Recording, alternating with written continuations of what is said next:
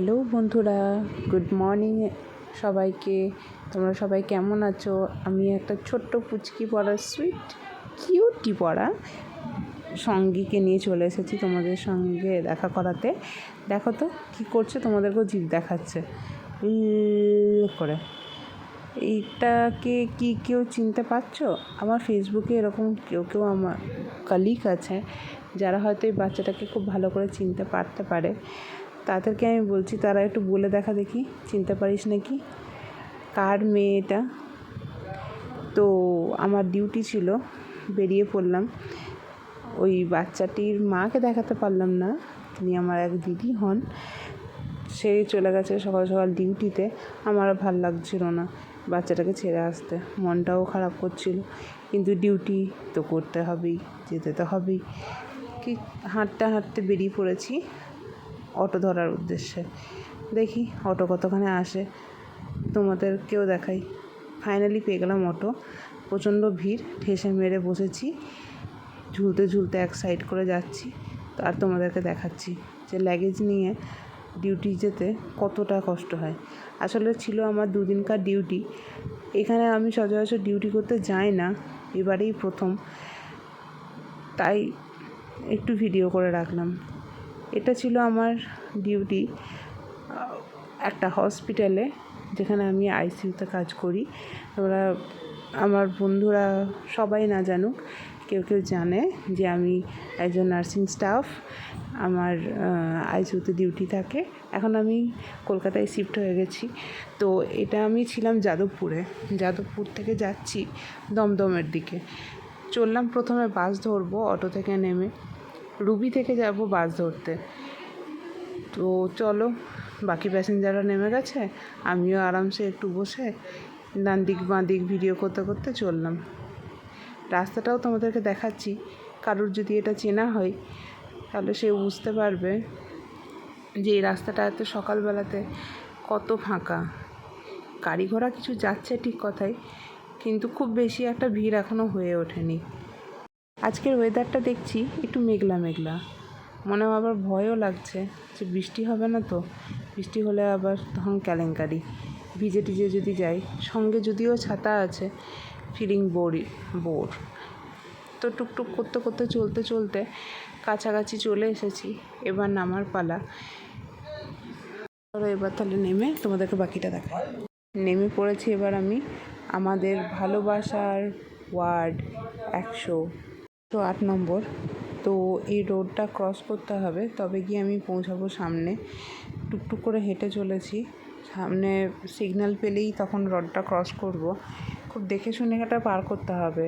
রাস্তাটা অনেকটাই চওড়া, যেতে হবে অনেকেই দূরে। দুটো পাশের রাস্তা দেখতে দেখতে এবং তোমাদেরকে দেখাতে দেখাতে আমি পার করছি। সামনেই দেখো রুবি হসপিটাল। এই যে রুবি বললাম জায়গাটা, সেইখানেই ওই রুবি হসপিটালটা একদম মেন রোডের উপরেই।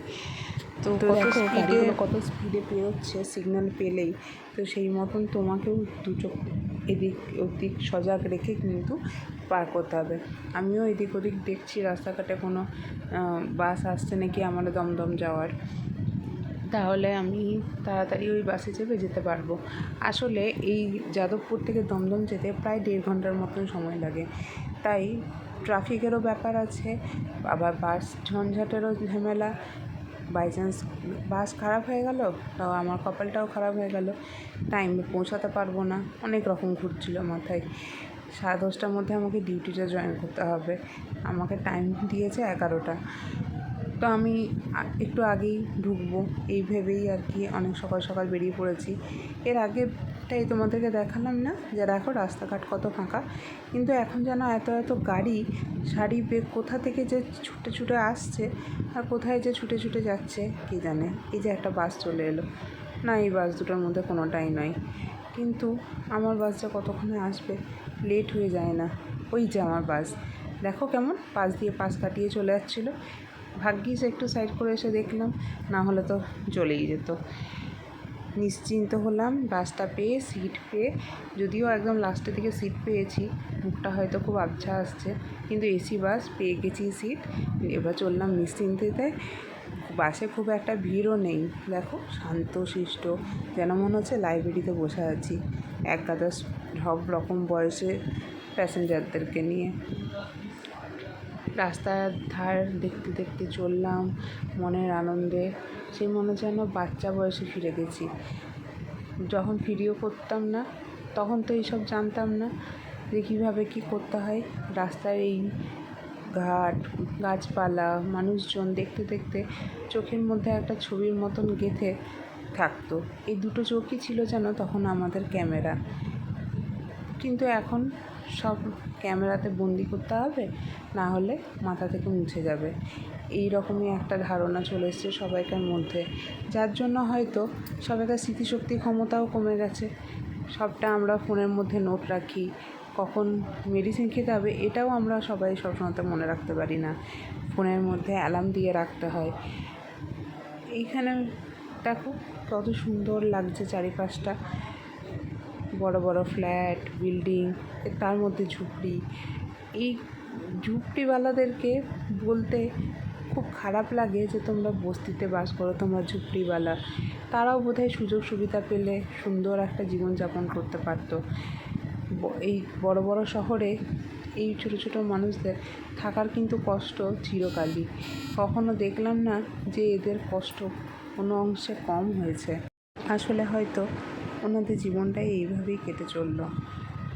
এখনও হয়তো আমার ব্লগটা দেখে কেউ কমেন্ট করতে পারেন যে আপনি তো চাইলে তাহলে কিছু করতে পারেন। সত্যি কথা বলবো মন থেকে, আমার যদি সামর্থ্য থাকতো আমি অবশ্যই তাদের জন্য এমন কিছু করতে পারতাম যে তাদের উপকার হতো। কিন্তু আমি হয়তো এখন এমনটুকুই উপকার করতে পারবো, তাদের দুদিনকার খাবারটা সচ্ছলভাবে তারা খেতে পারবে। যাই হোক, ভগবান আরেকটু আমাকে সক্ষম করলে আমি আমার এই মনস্কামনা পূর্ণ করব যে যেন একটা ভালো দিন দেখে তাদেরকে আমি কিছু ভালো ব্যবস্থা করে তাদের পাশে থাকতে পারি। দেখতে দেখতে অনেকটা পথই চলে এলাম, তোমাদের সঙ্গে গল্প করাও হলে অনেক কিছু মনের কথা বললাম। তো এইখানটা আমি প্রায় দমদমের কাছে চলে এসেছি, দেখতে পাচ্ছ বাসটা প্রায় ফাঁকা। দমদম আমি নামবো এয়ারপোর্ট বাস স্ট্যান্ডে, তোমাদেরকে দেখাচ্ছি চলো এয়ারপোর্ট বাস স্ট্যান্ডটা কীরকম। হতে পারে কোনো রাস্তায়, কোনো হুট তোলা এক রিকশায় আমি নীল ছাতা নিয়ে দাঁড়িয়ে, তুমি দেখলে না রোদে পোড়ায় রোমিও চেহারা, তুমি বুঝলে না আমার ইশারা। মন বলে যদি থামতে, তুমি থামলে না। তোমার জুলিয়েট হাসি হেসে যদি ডাকতে ভালোবেসে, আমি তোমার চোখে তাকানোর সাহস পেতাম না। হতে পারে কোনো রাস্তায়, কোনো হুট তোলা এক রিকশায় আমি নীল ছাতা নিয়ে দাঁড়িয়ে, তুমি দেখলে না রোদে পোড়ায় রোমিও চেহারা, তুমি বুঝলে না আমার ইশারা। মন বলে যদি থামতে, তুমি থামলে না। তোমার জুলিয়েট হাসি হেসে যদি ডাকতে ভালোবেসে, আমি তোমার চোখে এই যে সেকেন্ড ব্লু কালারের বাসটা দেখছো, এই বাসটাতে করে আমি যাব হলদিরাম স্টপেজে নামবো। আমি দমদম আসতে হলো আমাকে, বিকজ আমি যে বাসটায় প্রথমে চেপে এসেছিলাম ওটা আমার হসপিটালের কাছে স্টপেজই দেয় না। বললাম না, কপালে হেরফের থাকলে কিছু না কিছু একটা জায়গায় গিয়ে তুমি আটকাবি গলার কাঁটার মতন। তো ওই বাসটিকে চেপে আমি চলে এলাম আমার স্টপেজে ফাইনালি, এদিক ওদিক করতে করতে। তো চলো রাস্তাটা ক্রস করা যাক। রাস্তাটা ক্রস করে কিছু খেয়ে নিয়ে ঢুকে পড়বো আমার কাজের জায়গায়। আচ্ছা বন্ধুরা, বলো তো এই জায়গাটা কোথায়? অবশ্য বললাম আমি হলদিরাম, কিন্তু কোন হসপিটাল বলো না একটু তোমরা সবাই। দেখো 10:10 বাজছে, একটু লেট হয়েই গেল। তো টিফিনটা করে নিই, হাতে যেহেতু একটু টাইম আছে। হ্যাঁ ঠিক দেখেছ, এটা হচ্ছে চান্নক হসপিটাল। এই চান্নক হসপিটাল বিস্তর এলাকা জুড়ে খুব সুন্দরভাবে গঠন করা।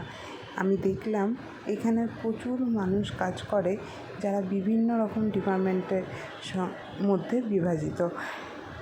আমি যেটা বলতে চাইছি তোমাদেরকে যে দেখো সামনেই বোনটি আসছে, সে হচ্ছে assistant, ward boy, security guard, sweeper, ম্যানেজমেন্টের মধ্যেও আরও 4 রকম ভাগ আছে এখানে দেখলাম। এখানে দেখো ক্যান্টিনটা রয়েছে। চলে এলাম আমি আমার ডিপার্টমেন্টের কাছাকাছি, এমার্জেন্সি, আর তার থেকে ঢুকেই পৌঁছে যাব আমাদের আইসি ওয়ার্ডে। তো এখানে একটা মন্দির আছে দেখছি, খুব সুন্দর, মাতা রানীর মন্দির, কী সুন্দর দেখো, দেখেই মনটা ভরে গেল। তো নতুন জায়গায় প্রথম দিন কাজ শুরু করার আগে মায়ের আশীর্বাদ না নিলে তো চলবে না। চলে গেলাম ভিতরে। আর এই ব্লগটা দেখে অনেকের মনে অনেক রকম প্রশ্ন আসতে পারে, কেমন ডিউটি, কি এটা আবার কীরকম, 2 দিনকার জন্য ডিউটি হয় নাকি? তো এটা আমার বিশেষ রকমভাবে ডিউটি, এটা আমি তোমাদেরকে বলতে পারছি না। এটা আমার ডিপার্টমেন্ট আইসি, ভিতরে ক্যামেরা করা অ্যালাউ নেই, তাই এইটুকুই দেখালাম। Tata, by.